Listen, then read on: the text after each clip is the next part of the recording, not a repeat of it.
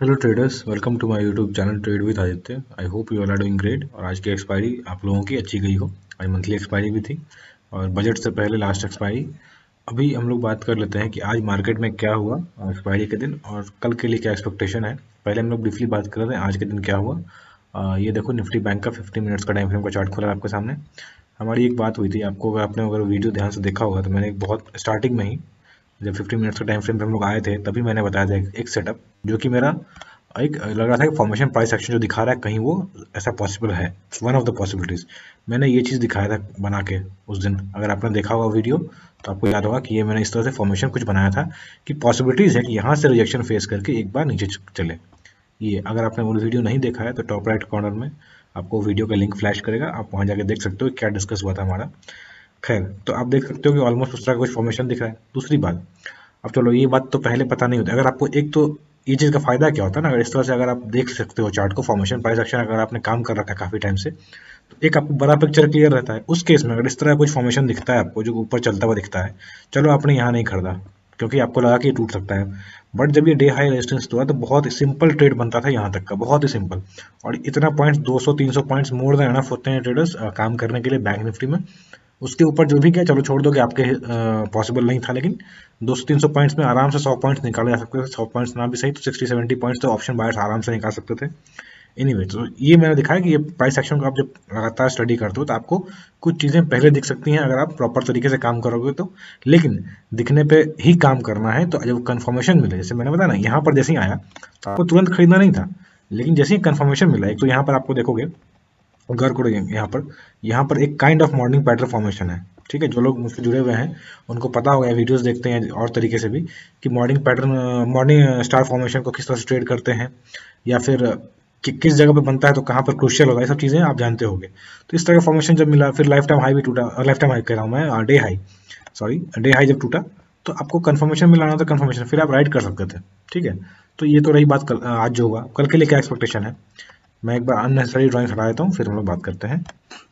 अभी देखो यहाँ पर फॉर्मेशन तो आपको दिख गया ही, एक फॉर्मेशन। तो इसका अगर सिंपल तरीके से निकालोगे, मैं एक रफ बता देता हूँ, अगर सिंपल तरीके से निकालोगे तो यहाँ से मैक्सिमम डेप्थ ऑलमोस्ट आता है आपको 1300 पॉइंट्स का। ठीक है, यहाँ से यहाँ तक का अप्रॉक्सीमेटली 1200 पॉइंट का। दैट मीन्स 1200 पॉइंट यहाँ से भी आप जोड़ लो, दैट मीन वो कहाँ से आता है, कहाँ तक आता है, ऑलमोस्ट यहाँ पे आएगा। आप कैलकुलेट करके देख लेना। अगर आप मेरी वीडियोस देखते हो तो आपको पता होगा हेड एंड शोल्डर का टारगेट कैसे निकालते हैं। आप रफली कैलकुलेट करके देखना तो आपको दिखेगा कि एक टारगेट यहाँ पर आता है हेड एंड शोल्डर का, अप्रॉक्सीमेटली मैं कह रहा हूँ। 100-200 पॉइंट ऊपर नीचे होगा, उसके लिए आप परेशान मत होना। खैर, तो ये फॉर्मेशन एक है। अब काम कैसे करना है आपको, ये तो रेजिस्टेंस के पास खुला है, रेजिस्टेंस दिख रहा है आपको, यहाँ रेजिस्टेंस, यहाँ रेजिस्टेंस, यहाँ पे थोड़ा पहले नीचे गिर गया। अब यहाँ पर आके भी आपको दिख रहा होगा सेलिंग थोड़ी सी आई है, मतलब बाइंग मोमेंटम है, ये मोमेंटम ये कंटिन्यू है। और बैंक्स के चार्ट अगर आप देखोगे तो उन्होंने बहुत अच्छा एक हाई पे क्लोजिंग दिया है, मोस्ट ऑफ द बैंक जो स्ट्रांग थे इस फॉल में।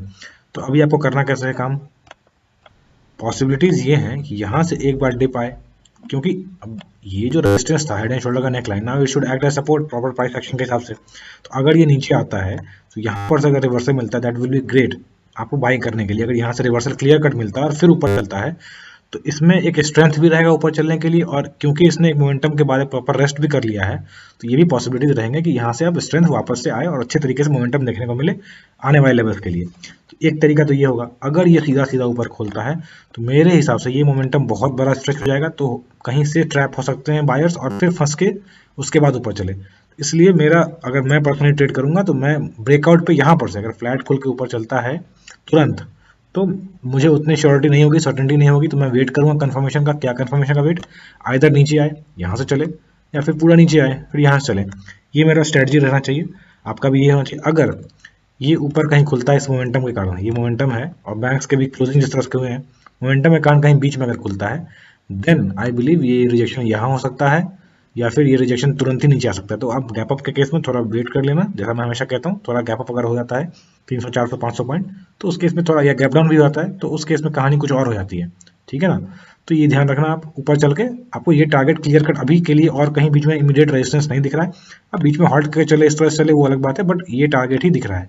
इसके ऊपर जाता हुआ कल के दिन तो मुश्किल है, बट अगर जाता है तो अपने चार्ट में आप 39,000 का लेवल, 39,100 का लेवल, ये जो भी है मैं मार्क कर देता हूँ पिछले चार्ट पे देख के। 1 सेकेंड, 30 मिनट्स पे चलते हैं और हम लोग पीछे के चार्ट पे देखेंगे कि कौन से लेवल हमारे लिए इंपॉर्टेंट होंगे। ये पीछे की ड्राइंग है, पहले वीडियोस में मैंने डिस्कस कर रखा है।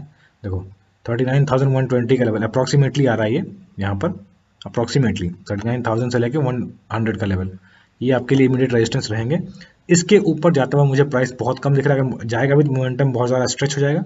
उस केस में प्राइस एक बार ट्रैप करके वापस नीचे आए फिर ऊपर चले, अगर ऊपर चलना ही है तो, ठीक है ना। तो उसके लिए आपको आने वाले दिनों में एक रेजिस्टेंस ये हो सकता है, दैट इज 40,000। बट इतना बड़ा मूव कल के दिन तो एक्सपेक्टेड नहीं है। तो हम लोग वापस आते हैं 15 मिनट्स पे। डिस्कस कर लिया हमने ऊपर चलने की कहानी। अगर ये नीचे खुलता है, मान लो यहाँ से रिजेक्शन आता है और आप वेट करोगे ऊपर चलने के, लेकिन ये यहाँ से तोड़ देता है, तो फिर आपको क्लियर कट कहाँ पे सपोर्ट मिलेगा, ये लेवल जहाँ पर पहले रेजिस्टेंस था, प्रीवियस डे हाई। इसीलिए कई बार मैं कहता हूँ लोगों को कि previous day high, previous day लो, या फिर टुडे फिर 30 मिनट्स या 40 मिनट्स 45 मिनट्स का हाई। अगर आज आप ट्रेडिंग कर रहे हो तो स्टार्टिंग में अगर कोई गैप डाउन गैप अप हो जाता है, उस केस में क्या करते हो, टुडेज हाई या टुडेज लो, ये भी इंपॉर्टेंट होता है। बट ऐसे previous day high previous day लो अगर मार्क कर रखोगे तो भी बहुत सारी चीज़ें आपको सीखने को मिलेगी, समझ में आएगा प्राइस एक्शन को लेकर। तो अगर ये टूटता है तो आपको यहाँ तक के लिए शॉर्ट कर सकते हो, यहाँ तक प्रॉफिट बुकिंग कर लेना, यहाँ के बाद कहीं से भी बायर्स आ सकते हैं, ठीक है ना। तो ये तो रही बैंक निफ्टी की बात। अब चलो बात कर लेते हैं निफ्टी पे। ये देखो आपके सामने निफ्टी 50 का 50 मिनट्स का टाइम फ्रेम का चार्ट है।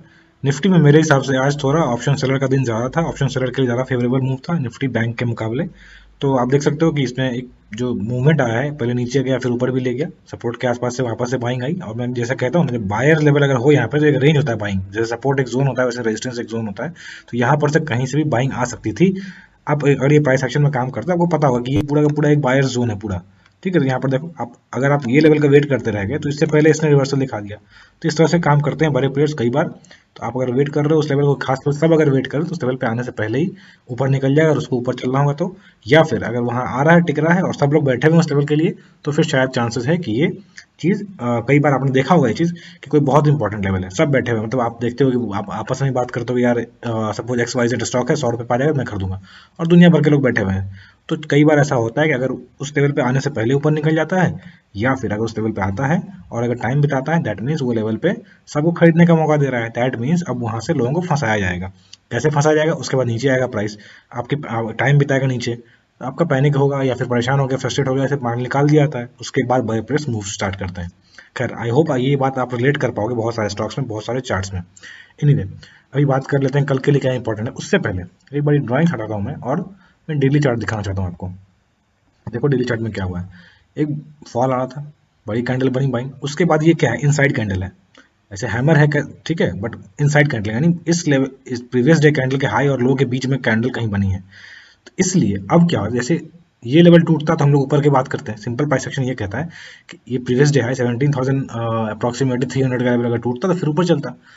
अब इस लेवल को आप यहाँ नीचे कर सकते हो 17,180 के आसपास, यानी आज का डे हाई। अब जैसे जैसे ये इनसाइड कैंडल बनती है, इनसाइड कैंडल का लॉजिक क्या है, रेंज छोटा हो रहा है, यानी जैसे जैसे रेंज छोटा होगा उसके बाद एक बड़ा मूव आने के चांसेस है। यहाँ पर देखो इनसाइड कैंडल की बात तो नहीं, लेकिन यहाँ पर देखो रेंज छोटा हुआ, जैसे यहाँ पर मेरे कर्सर के पास देखो आप, अप्रॉक्सीमेटली ये बात है 28 दिसंबर से लेके 30 दिसंबर का, यहाँ पर रेंज छोटा हुआ फिर एक अच्छा मूव आया, फिर यहाँ पर रेंज छोटा हुआ फिर अच्छा मूव आया। तो प्राइस बहुत छोटे रेंज में बहुत टाइम तक नहीं रह सकता, ये बात आपको ध्यान रखना है, ठीक है। अब चलते हैं वापस हम लोग 15 मिनट्स पे और डिस्कस कर लेते हैं क्या इंपॉर्टेंट लेवल्स रहेंगे हमारे लिए।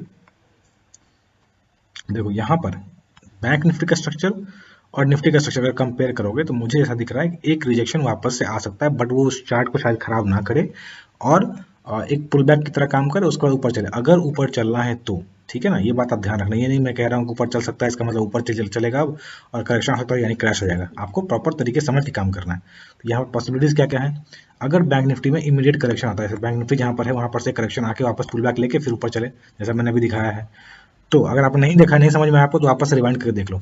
यहाँ पर क्या पॉसिबिलिटीज लग रहा है कि एक बार अगर गैप अप होता भी इस मोमेंटम के कारण मान लो, तो यहाँ पर immediate resistance which is around 17,300 के आसपास, यहाँ पर से रिजेक्शन मिल सकता है अगर गैप अप होता है तो, नहीं तो तुरंत ही फ्लैट खोल के नीचे आ सकता है। तो आपको क्या करना है, यहाँ पर शॉर्ट करना थोड़ा रिस्की हो सकता है, मेरा सजेशन रहेगा थोड़ा वेट कर लो, जंप नहीं करना, ठीक है। ये लेवल एक सपोर्ट की तरह काम कर सकता है, दैट इज 17,065 का लेवल, 60 का लेवल। अगर यहाँ से वापस ऊपर निकलता है इस जोन में कहीं से भी, अगेन मैं कह रहा हूँ इस जोन में कहीं से भी, देन इट शोज कि यहाँ पे स्ट्रेंथ है। तो अगर ऊपर निकलता है तो आप रिवर्सल पे, रिजेक्शन पे काम कर सकते हो, इससे क्या हुआ, आपको स्टॉप लॉस भी कम मिलेगा और टारगेट भी अच्छा खासा मिल सकता है, ठीक है। या फिर अगर नीचे खुल के ऊपर निकलता है तो सेफ ट्रेडर्स यहाँ पर एंट्री ले सकते हैं तुरंत 17,200 या अप्रॉक्सीमेटली 175-180 के आसपास आज का डे हाई है। और उसके बाद यहाँ तक का इन 70-80 पॉइंट्स का आपको मूव दिख सकता है आने वाले दिनों में ऊपर के लिए। फिर जैसे जैसे हमने लेवल्स बना के रखे हैं ये लेवल ही इंटैक्ट रहेंगे, कुछ भी चेंज नहीं हुआ है इसमें।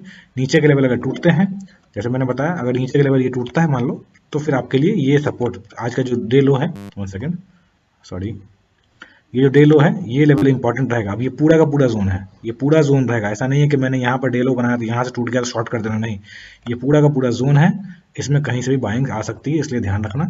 अगर ये लेवल टूटता है तो नीचे के लेवल हमने बात कर रखे हैं 16,800 अगर टूटता है तो इमीडिएटली आपको 16,500 का लेवल देखने को मिलेगा, ठीक है। और उसके बाद फिर 16,000 भी देखने को मिल सकता है, ठीक है ना। ये लेवल हमने बना रखा है, आप इसको मार्क करके रखो अपने चार्ट में। सो ये थोड़ा इंडेक्स का, जैसे हमने कल बात की थी कि स्टॉक्स के बारे में डिस्कस कर लेंगे। चलो हम लोग एक बार स्टॉक्स के बारे में कुछ जो इंपॉर्टेंट स्टॉक्स दिख रहे हैं वो मैं बात कर लेता हूँ ब्रीफली जल्दी से। ये देखो आपके सामने मैंने एशियन पेंट का चार्ट खोला है। अब यहाँ पर एक तो सबको पता है कि एशियन पेंट एक बहुत बड़ी कंपनी है जिसका मार्केट शेयर अपने फील्ड में बहुत ही ज़्यादा है, अप्रॉक्सीमेटली 55 to 60% का मार्केट शेयर होल्ड करती है सिंगल कंपनी। इसके फील्ड में 4-5 कंपनियां और भी हैं, बट ये सिंगल कंपनी इतना बड़ा मार्केट शेयर होल्ड करती है, एक तरह से अपने फील्ड का ये जायंट है। ये सबको पता है, बहुत अच्छी कंपनी है, अप ट्रेंड में है स्टॉक, ऊपर चल रहा है स्टॉक, अभी पुल बैक पर, सब कुछ ठीक है। डिस्कस क्या करेंगे यहाँ पे, एक तो सबसे पहली बात 200 EM है, यहाँ पर है मेजर सपोर्ट है, प्रीवियस भी यहाँ पर सपोर्ट ले चुका है, तो अप्रॉक्सीमेटली ये बाइंग जोन है। मैं दिखाता हूँ आपको प्रॉपर तरीके से, sorry for the bad drawing. Approximately buying zone है, दिख रहा है आपको, इसमें कोई शक की बात नहीं है, ठीक है। मतलब सही अपॉर्चुनिटी सही प्राइस पे अवेलेबल है। अब नीचे बिल्कुल गिर सकता है, ऊपर बिल्कुल जा सकता है, इस पर हम लोग डिस्कस नहीं करेंगे। मैं कुछ दिखाना चाहता हूँ आपको जो कि एक मिसकंसेप्शन है।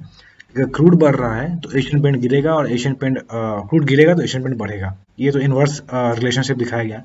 बट अगर आप ऐसे देखोगे तो फिर तो एशियन पेंट को, मैं दिखाता हूँ आपको लास्ट 1 साल में क्या हुआ है। 1 सेकेंड, ये देखो नीचे मैंने यूएस ऑयल ब्रेंट क्रूड का एक लाइन चार्ट ड्रॉ किया डेली टाइम फ्रेम पे ही। लास्ट 1 साल में यहाँ से जब इसने नीचे लो मारा था क्रूड ने अप्रॉक्सीमेट, इसके बाद से क्रूड भी बढ़ रहा है, यहाँ तक सप्लाई से लेकर आज तक क्रूड बढ़ रहा है, क्लियर कट अप ट्रेंड में है, कोई शक की बात नहीं है, कोई रेंज में भी नहीं है, ये भी तो अप ट्रेंड में है। यानी एक सबसे पहली बात तो मिसकंसेप्शन है क्रूड बढ़ेगा तो एशियन पेंट, ऐसा कुछ नहीं, क्रूड भी बढ़ सकता है, एशियन पेंट भी बढ़ सकता है। तरीका क्या होगा, जैसे मैंने पहले कहा ना, क्रूड अगर बढ़ता है तो मार्जिन कम होंगे इसके, पॉसिबल है। सारे इस फील्ड के जो भी लोग हैं, मतलब पेट्रोलियम पे जिसका भी डिपेंडेंसी होगा, चाहे वो कॉस्मेटिक्स के ब्रांड हो, ये पेंट के शॉप हो, जो भी हो, बड़े प्लेयर्स का क्या फायदा होता है, इनके पास मार्जिन का स्कोप ज़्यादा होता है, ये सर्वाइव कर सकते हैं। इसलिए आप देखते हो गिरता सब है। जब ये राइज किया यहाँ पर देखो, क्रूड जब बढ़ा तो ये फॉल आया, फिर क्रूड बढ़ रहा है फॉल आया, बट दिस विल सर्वाइव। बाकी प्लेयर्स में आप ज़्यादा पिटाई देखोगे, इसकी पिटाई कम देखोगे, ये पॉसिबिलिटीज होती हैं कई बार। एक तो ये पहचान हो गया। दूसरी बात, आप एक चीज़ और गौर करना, ये आप लोगों के लिए होमवर्क ही हो जाएगा, समझो।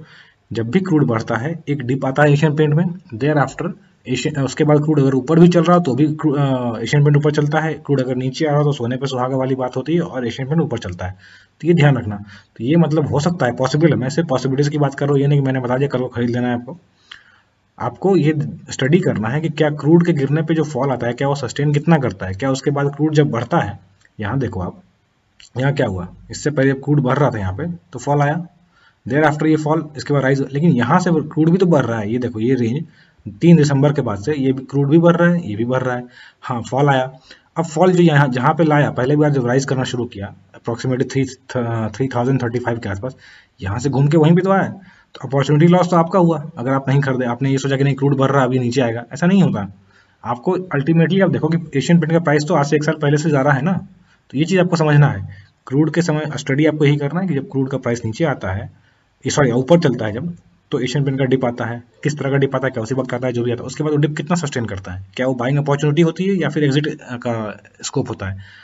और अगर आप राइड भी करते हो तो एक तरीका ये भी पहचानने का तरीका है कि अगर क्रूड बढ़ रहा है तो शायद उस क्रूड के पीक पे एशियन पेंट का एक करेक्शन आ सकता है, तो वहाँ पर अगर आप शॉर्ट टर्म ट्रेडिंग करते हो तो वहाँ पर आप एग्जिट कर सकते हो। तो ये सब चीज़ें आपको स्टडी करना है, ये मेरा पर्पस था दिखाने का। आप इसमें कल जाकर बाइंग मत कर लेना, मेरा बाइंग और सेल का कोई रिकमेंडेशन नहीं है, मैं पर्सनली इन्वेस्टेड हूँ स्टॉक में, ट्रेडिंग में भी और इन्वेस्टमेंट पर्पज से भी। तो ये मेरा डिस्क्लेमर था। चलो ये तो रही स्टॉक की बात। आई होप आपको ये वीडियो पसंद आई होगी। अगर आपको इस तरह की वीडियोस पसंद आती है इसमें मैं स्टॉक्स के बारे में थोड़ा ब्रीफली बताता हूँ, तो प्लीज़ कमेंट सेक्शन में आप मेंशन कर सकते हो इसको। ये हमने आज से स्टार्ट किया है, I will try to continue this. जब भी मुझे कुछ ऐसा कुछ सिखाने को मिलेगा आपको। अगर आप मेरे चैनल पर नए हो तो please subscribe my channel, subscribe करने के पास बेल आइकन उसको हिट कर दीजिए ताकि कोई अपडेट्स आपसे मिस ना हो। अगर आप मुझसे मेरे टेलीग्राम चैनल में जुड़ना चाहते हो जहाँ कि मैं ज़्यादा फ्रिक्वेंटली पोस्ट करता रहता हूँ स्टॉक्स के बारे में, इंट्राडे चार्ट्स के बारे में, तो डिस्क्रिप्शन में लिंक है, वहाँ जाके मुझसे जुड़ सकते हो। So thank you for watching and keep learning.